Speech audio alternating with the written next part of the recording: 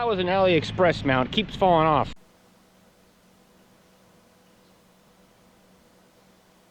These are actually called the Super Spike. They are 195 by 70, 195 millimeters by 70 millimeters. They are 3 by 2. And guys, I want to show you the wheels, the part number, the tools, and everything, how I'm putting them on, because they're kind of tricky. So stay tuned. Let's bring the camera in and we'll make it super quick. Let's go. All right, check them out, guys. So those are the Akill Racing Spikes. These are the wheels I'm using. These are just your ordinary low C5T wheels. There is the part number for those. It's LOS B7034. You got to buy them in 2 sets, so you need 2. And then if you're running 12S, you're definitely going to want to get some metal bead locks. So you can hit me up for those here pretty soon. I'll have those on my website as well. All colors, red, purple, green, blue, and black.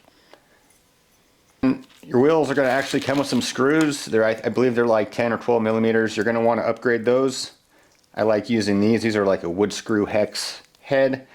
2.5 millimeter, I believe that is. So before we start off, I do want to say and mention that Cal RC does sponsor me, and this is a sponsored video. Guys, you're going to have to go ahead and check out these mats online. I'll leave a link in the description below, but it is www.calrc.com. You can get all these awesome screw catchers and flat mats and mouse pads. That's what we're about to work on, so let's go ahead and mount up these tires. So go ahead, lube up your wheel. Just put some on the side there and just kind of work it around. Just kind of do that to both sides, that way it slides through the foam easier. You don't have to do this, but it's just going to make it easier to push the wheel through and to get the tire on the bead. Now there's going to be some notches, and then you're going to have holes in your wheels. Just make sure you're lining up those notches with those holes. That way you don't have to twist the rim in the tire.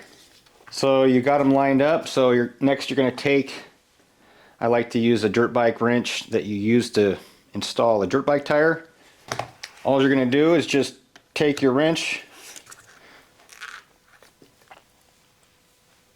put one bite with one, and then take another one, a second wrench, and that way you can get the tire up and over the wheel.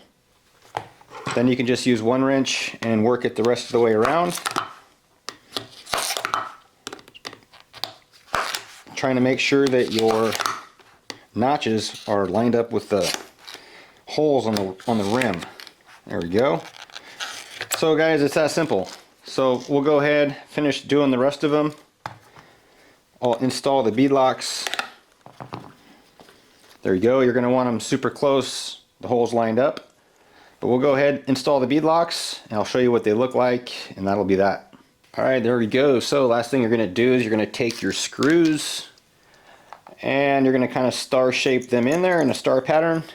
Start one side, and then move to the opposite side. I don't even screw it all the way down, and I'll just jump to the other side real quick.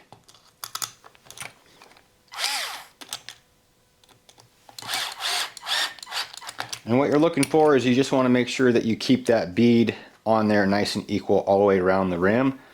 Right there, all the way around the tire, and the bead, you can see. Super nice.